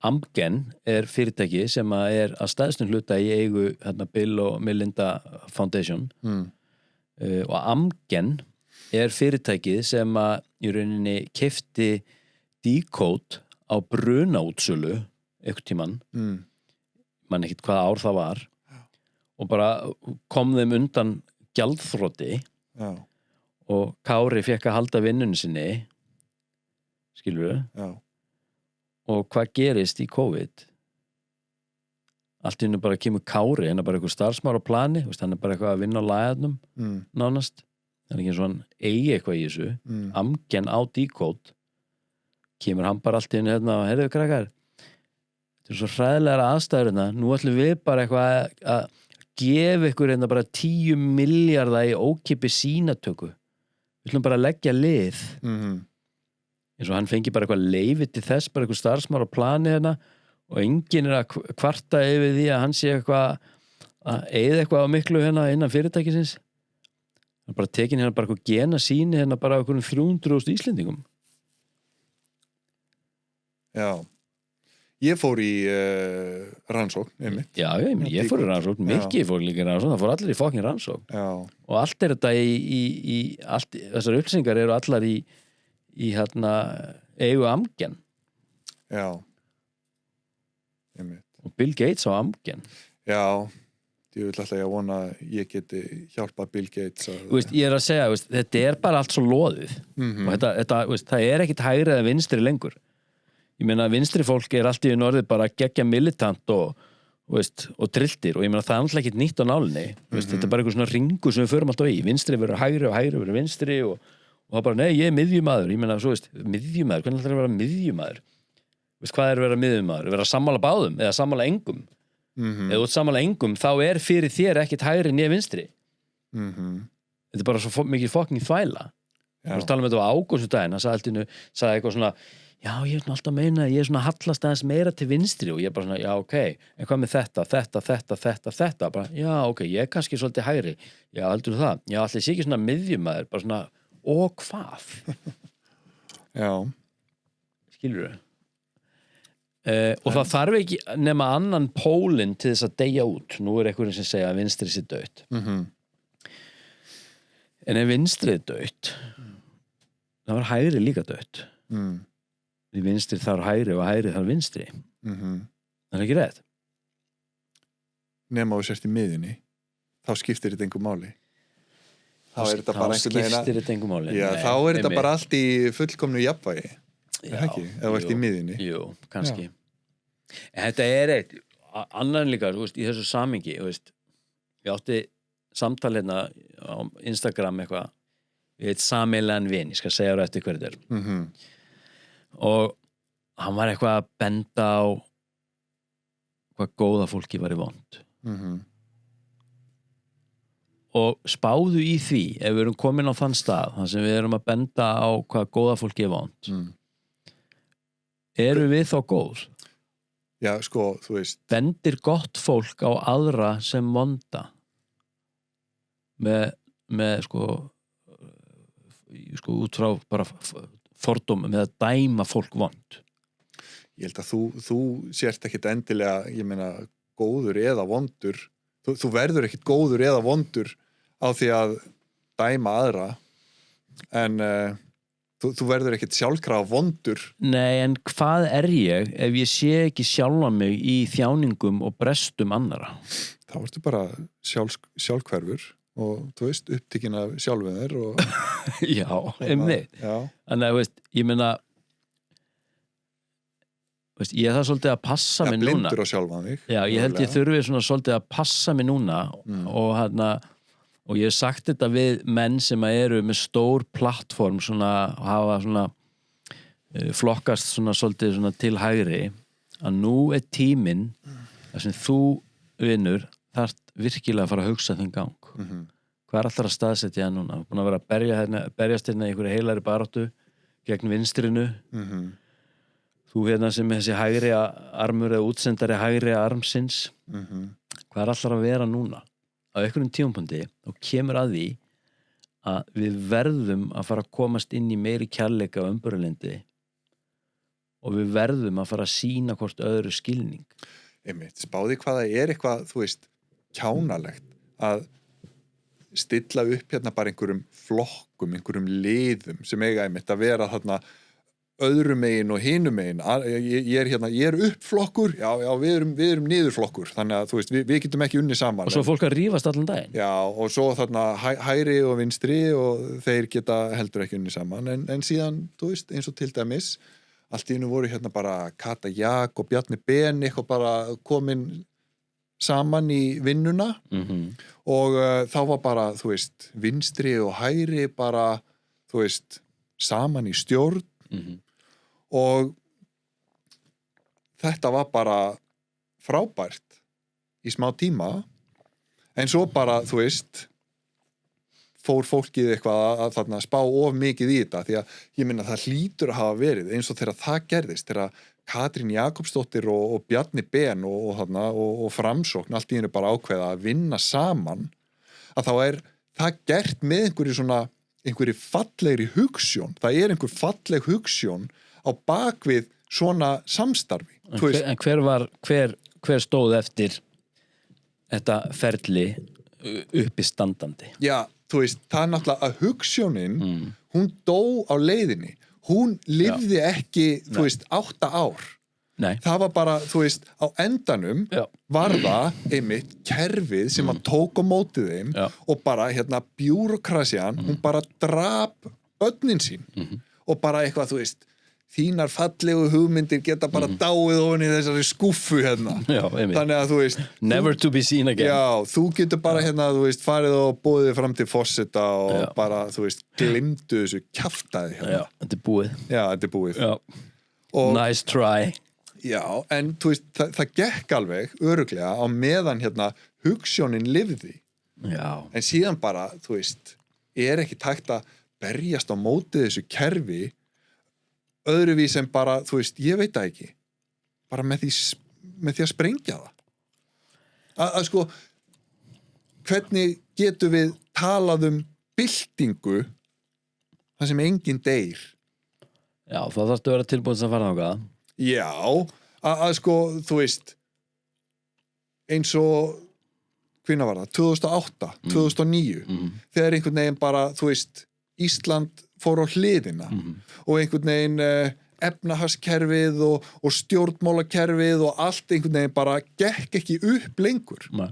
og það bara, þú veist það var bara eitthvað hrun og þú veist, bylting það sem að bara, þú veist fólkið labbaði einn hring í kringum húsið og settist niður aftur og bara, þarna munaði litlu Beðið þetta af sér og pantaði sér annar eins og er nokkrum ára sinni Já, einmitt Góða helvítis byltingin Ég veist, þetta virkar ekki það er bara galaktik sambandið, þarf að stíga þetta niður og snert okkur og koma okkur í nýja hugsun þetta er ekki flokknar það Já, það sem að, þú veist þessir fulltrúarnir sem að eru að, þú veist leið okkur áfram eru bara, þú veist fastir í símanum og bara, þú veist horfa á vini sína í kringu sig og bara skiptir engu máli einhvern veginn hvað ég og þú erum að kjósa hérna, það bara komast í vinnuna og svo bara er ég hérna með 2 kúlur á mánuði og bara sett Ég veit það Já Og hvað? Ætlum við bara hérna að bíða bara þangað til að, já, þú veist vextirnir eiga, þeir eiga örugglega eftir að lækka Já. Akkurru? Já, bara hann að Ásgeir segir það Já. Lækka kannski eitthvað smá Já. En þú veist ég meina, hvað bankarnir skiluðu 80 miljardar hagnaði á síðasta ári Nei, var það ekki bara einhver einn banki? Já, það. Já. Ég held að vera allir til saman Þú veist, hvort að Íslandsbanki hafi skilað, þú veist, einmitt 80 miljardar já, þú veist, ok við gætum að vísu Ég er með húsnæðislán hjá Íslandsbanka sko Já. og ég er að borga 9,75% vexti Þú veist, þetta eru svona vextir hjá Halla handrukkara henni upp í Breiðholti fyrir 30 árum síðan sko. Hann rukkaði 10% vexti sko. Já. Veist, og svo kannski fyrir 20 árum þá var yfirdráttarvexturinn svona kringum 10-12% 80 miljardar Já. þú veist, á einu ári þetta er bara hvað, næstum því þetta er svona 20% af hérna nýjasta vopnakaupapakkanum til Úkraínu Já. Spáði í þeim fyrirtækjum sem að þú veist er að fara, þú veist kassa inn fyrir hérna jarðsprengjum og þarna það er bara keyrt á hverju krísuna á fætur annari til þess að fóðra þessi dýr sem þurfa að fá í þetta og þetta snýra lyfjaðina og þetta snýra vopnaðina og þetta matvælaðina líka en fyrst og fremst vopnaðinar og lyfjaðinar En sko, förum aðeins hérna lengst aftur í tíman þegar bara, þú veist manneskjur voru settar á þessa jörð af utanakomandi aðilum settar, sko Homo erectus er ekki talað að Anunnakiðarnir hafi fyrir 500.000 árum tekið Homo erectus og genosplæst á það? Já, til þess að í rauninni að búa til nothæfa þræla því að þeir voru í rauninni að grafa eftir gulli og þetta hafi gengið þar til fyrir 12-13 árum þegar að jörðin varð fyrir loftsteina regni sem að orsakaði mikla flóð og kuldaskeið bara, jörðin fór á hliðina og Anunnakiðarnir bara flúðu og skildu okkur eftir og það er einmitt talað í því samhengi að píramídarnir í Egyptalandi í rauninni hafi ekki verið byggðir sem sagt fyrir 6.000 árum eða 4.000 árum eða hvað hann var heldur hafa þeir verið erfðir af þeim samfélögum Já, þeir séu miklu eldri. Já, miklu eldri og ég meina, veist, við skiljum ekki þessa hluti, ég meina, þú veist náttúrulega örgulega meira en ég, en ég meina, í sögubókum talað að elsta siðmenningin sé þetta, 6 ára gömul, ekki? Siðmenningin? Já. Borgmenningin? Já, borgmenningin og svona í rauninni, hvað ég segja, byggingar og eitthvað svona tæknileg geta eða svona verkfræði kunnátta á svoleiðis, en ég meina, svo finnum við Göbekli Tepe í Tyrklandi. Það hafði bara verið mokað yfir það vísvitandi og kolefnisrannsóknir sína að þetta sko megalithic struktúr er 12-13.000 ára gamalt og út frá einhverjum aðstæðum sem mynduðust á jörðinni þá var tekin ákvörðun að moka yfir þetta sandi og sem fannst bara svo fyrir tilviljun á einhverjum fjárhirði og þetta Göbekli Tepe ekki í rauninni innan vísinda þess akademiska vísindaheims ekki beint viðurkennt sem slíkt og þeir eru að sjá núna, þeir eru fannir að beita núna nýrri sko ratsjátækni sem kallast Lyra þess að þeir eru að fljúga með drónum yfir Amazon til dæmis Lætar þetta lætar já, þeir eru sem sagt að þeir taka myndir gegnum laufblöðin bara, gegnum skóginn og sjá í rauninni bara að þarna erum við að horfa upp á fyrir tugum þúsundum ára þar voru bara stórborgir við erum ekki að tala um eitthvað litla bæi sko. Við erum að tala um sko mörg 100.000 manna þyrpingar veistu, hvað vitum við? Við vitum ekki neitt Ef að þarna manneskjan er með þetta bara, þú veist, splæst í sig sama hvaðan sama hvort það kemur hérna frá Anunnakis eða þú veist, einhvers staðar annar staðar að grafetti gulli það er það sem þú átt að gera við ætlum að finna hérna eitthvað, þú veist, eitthvað erfðaefni og þú veist, og við ætlum að krispa það hérna, þú veist, inn í bara genin á þessum apaketti og þú veist og fá hann til þess að þú veist, hamast svolítið fá hann til þess að djöflast hérna og þetta er það sem að við getum og þetta er það sem að við gerum betur en allir aðrir þú veist, við bara djöflumst áfram og við bara búum til meira stöff og samfélagið okkar er byggt í kringum þetta, ég meina dóttir mín, hún spyr mig sko oft það bara, veist, á mánudögum, pabbi, okkur eru helgar ekki 3 eða 4 dagar veist, og ég bara, ég bara alveg sammálaður veist, af hverju eru ekki helgar 3 eða 4 dagar af hverju þurfum að vinna 5 daga og frí í 1,5 eða 2 Af hverju? Af hverju er þetta svona? Sko, þetta er svona hérna núna. Veistu hvað ég var að heyra? Nei. Í Frakklandi þar er sko venjulega skóli mánudag, þriðjudag svo frí á miðvikudögum. Svo er skóli 5. og 1. og svo er helgafrí. Og svo er þetta endurtekið í svona 4 vikur og svo bara frí 2 vikur En vinnumarkaðurinn? Þetta bara gengur að það bara sko að vísu óvenju hátt hlutfall af konum sem að til dæmis vinni ekki á miðvikudögum í Frakklandi breyti því samt sem áður ekki að þú veist, ég meina Frakkland þetta er ákveðin stórþjóð þetta er bara, þú veist, besta íþróttafólki í heimi og hérna flottustu listaverki í heimi og eitthvað bara alveg leið og þetta bara gengur og þeir eru bara, þú veist 4 daga í viku en við þurfum að vera en varandi þessi gen veist, hún var að skrifa eitthvað hún Guðrún Bergmann, heldur skemmtilega grein einhver skuggagen og það er þetta, þú veist, genaruslið þú veist 99,9% af öllum genum eru bara eitthvað sem ekki er hægt að mæla og skilgreina Já, ég meina Ég þekki þetta ekki Nei, þetta er eitthvað sem almennilega. við skiljum ekki í dag. Nei, enga Af því að sko fyrir utan það að sko gen geta sko verið virk og óvirk á mismunandi tímabilum í þínu lífi. Þannig að þú getur kveikt og slökkt á genum.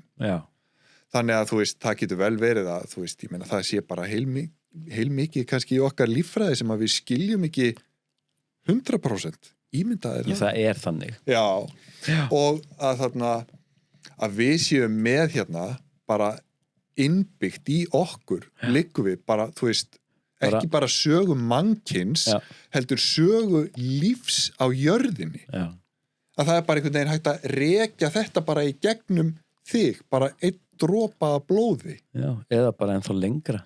Já. Eða bara þessna til annara sólkerfa. Já, einmitt. Bara, hvaðan kemur þetta? Þetta er ótrúlega áhugavert. Já. Og það er bara, þú veist, eins og kerfið virðist hafa tilhneigingu til þess að flækja sig. Það verður einhvern veginn, það verður stærra og flóknara. Þannig þyngra. Já. En það líka virkar ef píramídin er byggður sko á hefðbundin hátt sko. En þú veist, já, það virkar því þá ertu með stöðuan og sterkan grunn sko. Já, en af hverju ættu sömu lögmál ekki að eiga við okkur líka? Þau eiga við okkur líka. Já, einmitt. En leiðu átt búin að snúa píramídunum við á hvolf sko. Þá getur þú bara þyngt hann upp á hverju ákveðnu marki áður en að grunnurinn tekur ekki meira og þá hrynur allt undan eigin þunga. Já. Og kerfið er svolítið byggt þannig. Veist, það eru í rauninni sko, veist, við eigum ekki að bera kerfið. Kerfið í rauninni á að bera okkur sko. Já. Að bera okkur. Já, þú veist, er þetta ekki svona, þú veist, ætti kerfið í raun og veru ekki að vera bara, þú veist, hluti af þessum farvegi sem að lyftir okkur. Já, einmitt. Í staðin fyrir að vera bara eitthvað, þú veist, óþólandi afl sem annarkvort bara, þú veist, heldur þeir niðri. Sem allir eru fannir að vantreysta. Já, einmitt. Gríðarlegt vantraust. Já. Það er ekki svo langt síðan að fólk treysti bara kerfinu. Já. Fólk treysti bankastofnunum og tryggingastofnunum, tryggingarfyrirtækjum. Já. Fólk treysti heilbrigðiskerfinu, læknum. Já. Treystir engin einum. Eiginlega ekki. Mikið vantraust. Svolítið. Já. Já. Og er það bara, hérna, skortur á samkennd? Eða er þetta hluti af einhvers konar upplýsingu? Uppljómun? Það sem að við einhvern veginn erum ekki lengur, þú veist, einhverjir blindir slafar. Ég held að þetta sé hérna í rauninni bara byrjun á þessu hruni sem að hefur alltaf legið ljóst fyrir að sé óumflýjanlegt sko. Já. Þegar við erum farin að deila einhverja svona hluti eins og þú sagði nú sjálfur ekkert tjóðan, ég meina hvað samnefnari yfir hrun margra samfélaga eða siðmenninga hefur verið sá að við förum að deila til dæmis kynvitund. Já, einmitt. Þetta heyrði ég ekki starf, hvað það var þú sem sagði mér það? Já, að það einmitt að hafi verið sko hluti af í raun og veru hápunktinum bæði hjá Rómverum og Grikkjum að þegar einhvern veginn, þegar vandamálin voru komin, þú veist orðin þessi, já, komin svona hátt í hérna þarfapíramídanum já.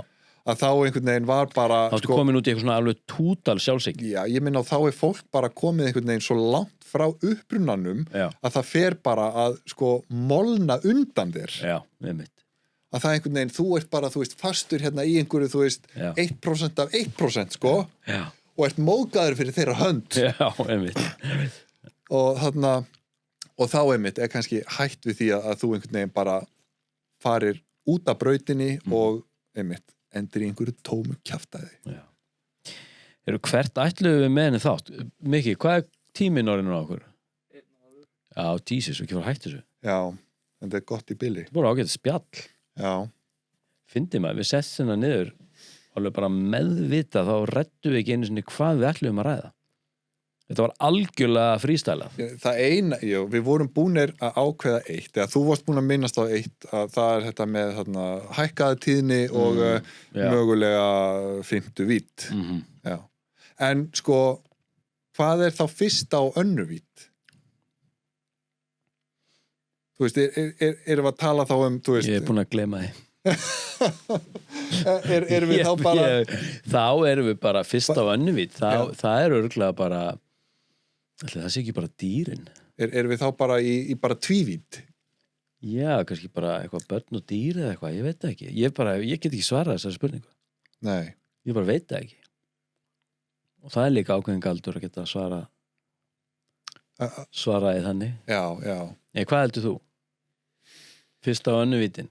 Sko, ég meina, þessar víddir, eins og þú ert búin að vera að tala þessar víddir, að þá myndi ég þú veist, gæti maður alveg litið á þetta sem svona kannski einhvern veginn mismunandi dýft á vitund, eitthvað svoleiðis. Vitundadýft, einmitt. Já, það sem að þú kannski, eftir því sem að þú ferð á hærri vídd, að þá kemstu á eitthvað svona dýpri vitund. Já, og afleiðingar af því svona aukin vísindalegu þroski og samfélagslegu þroski og annað. Já, ég meina, þú veist, vitundin vex og bara... og allt með. Já, og allt með.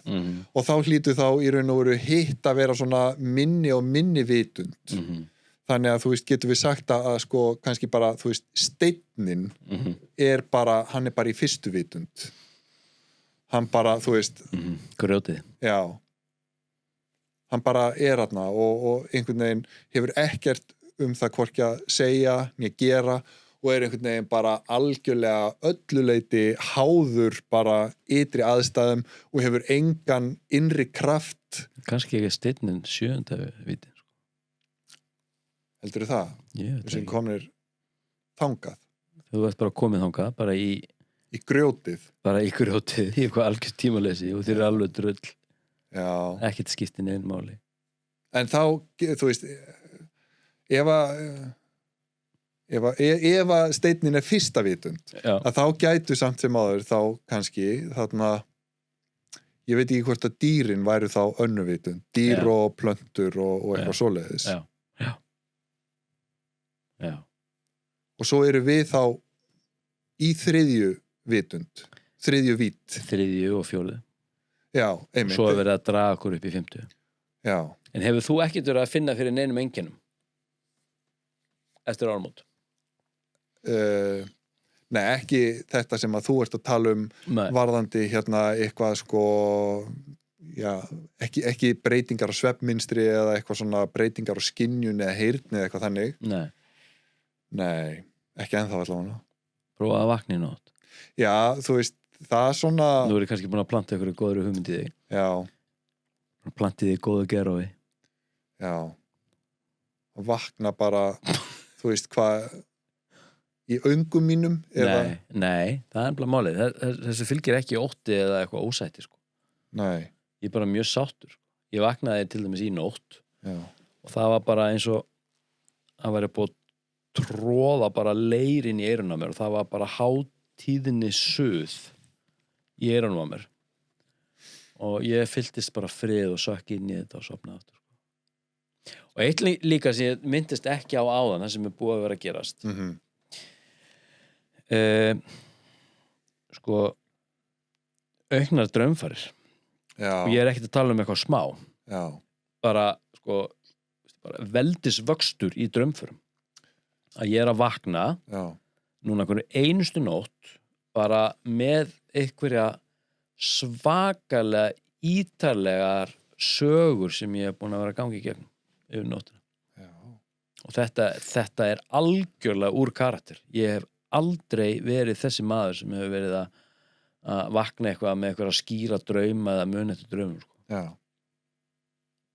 Það er nú bara mjög merkilegt fyrirbæri út af fyrir sig, sko. Draumarnir og einhvern veginn hvað þeir segja okkur, sko. Já. Og hafa sagt okkur. Já, og sérstaklega út frá svona, ég var að tala með þetta félagi minn daginn, út frá svona jungískri nálgun, sko. Tekið þess að drauma bara, veist, bara lesið á. Já, algjörlega.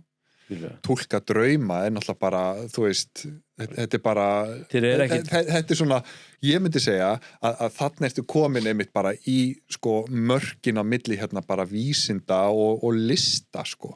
Já sko, veist, hvert einasta smáatriði þarna af ástæðu. Já, einmitt. Hvert einasti dítill.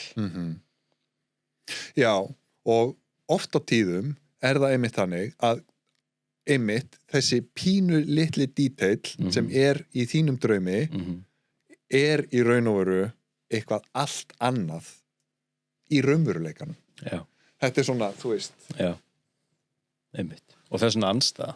Já, og þetta eitthvað sem að, þú veist, náttúrulega bara, ekki bara Íslendingasögurnar, alveg bara svoleiðis kjaftfullar af einhverjum sko draumförum, heldur þetta náttúrulega bara, þú veist, Biblían og allar hérna heimsbókmenntirnar einhvern veginn nota þetta sem bara, þú veist, fullkomlega hvað ég segja, eðlilegan miðil. Að það bara, það eðlilegt að sko ekki bara dreyma, heldur að sko taka mark á draumunum sínum. Á meðan í dag þetta einmitt bara, þú veist, hvenær talaði maður seinast þú veist, draumana sína, eitthvað bara upphátt.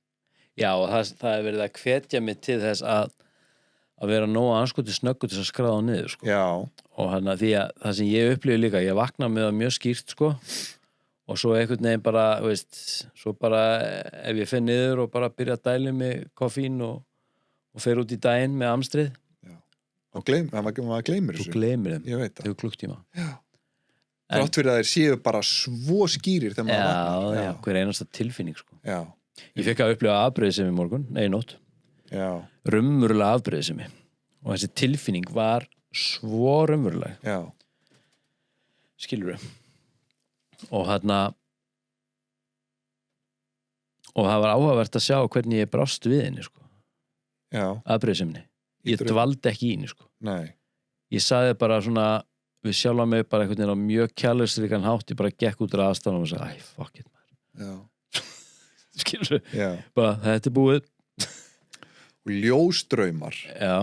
Það náttúrulega bara fyrirbæri sem, þú veist, ég hef tekið svona ljósdrauma tímabil, en það orðið mjög langt síðan, þú veist, og þetta eitthvað sem að ég, þú veist, ég gleymis alltaf. Og svo man ég þetta og bara eitthvað, já, akkur ger ég ekki meira þessu.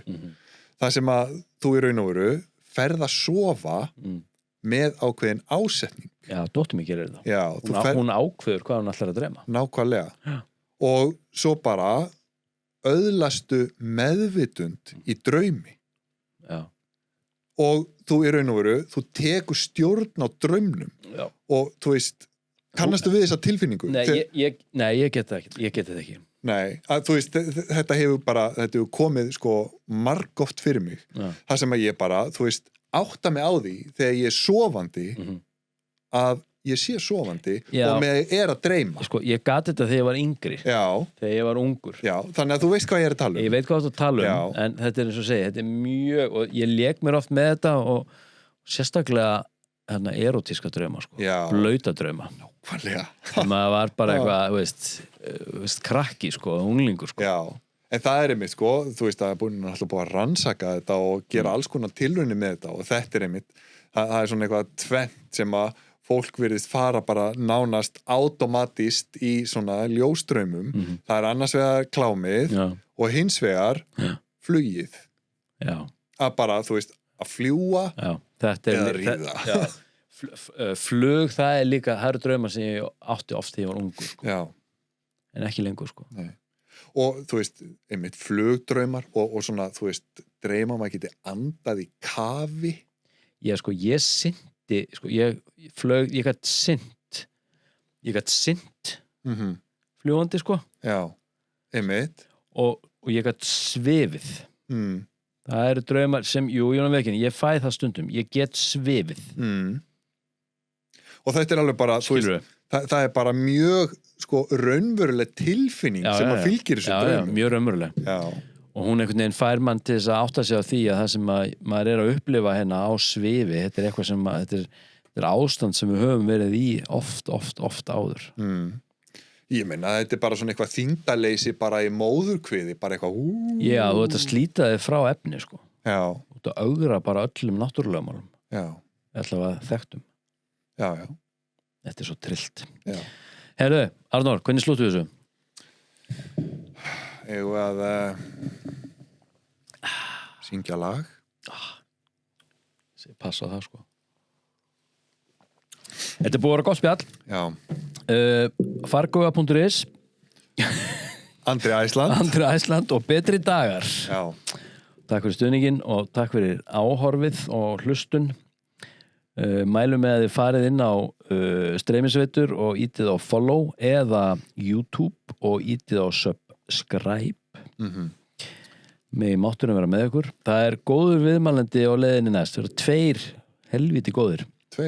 Já. Þórarinn Hjartarsson er að mæta. Já. Og heitir hann ekki Guðjón Heiðar? Nei, Guðjón samsærisnöttari. Við ætluðum nú að tala við einn gaur hérna. Hver á þetta? Þarna Hatarinn, Clemens. Já. Hann ætlar að koma líka. Sem að þarna... Hann komið 3. Já, sem að ætlaði að, sko, ég mitt fari í sköpun. Já, sem hún fari í sköpun. Já. Einmitt, að þú veist... Hvaðan kemur hún? Við komum allir úr sköpum. Já. Þannig að þetta... Því við erum skapaðir. Já, einmitt. Á 3 myndum. Hittalegsins. Já. Þú veist, grafólar. Þetta er svona eitthvað sameiginlegt. Já. Að svona, þú veist, að sköpin samin okkur alla. Já. Það er góð lokaorð. Herru, megi mátturinn vera með okkur og namaste.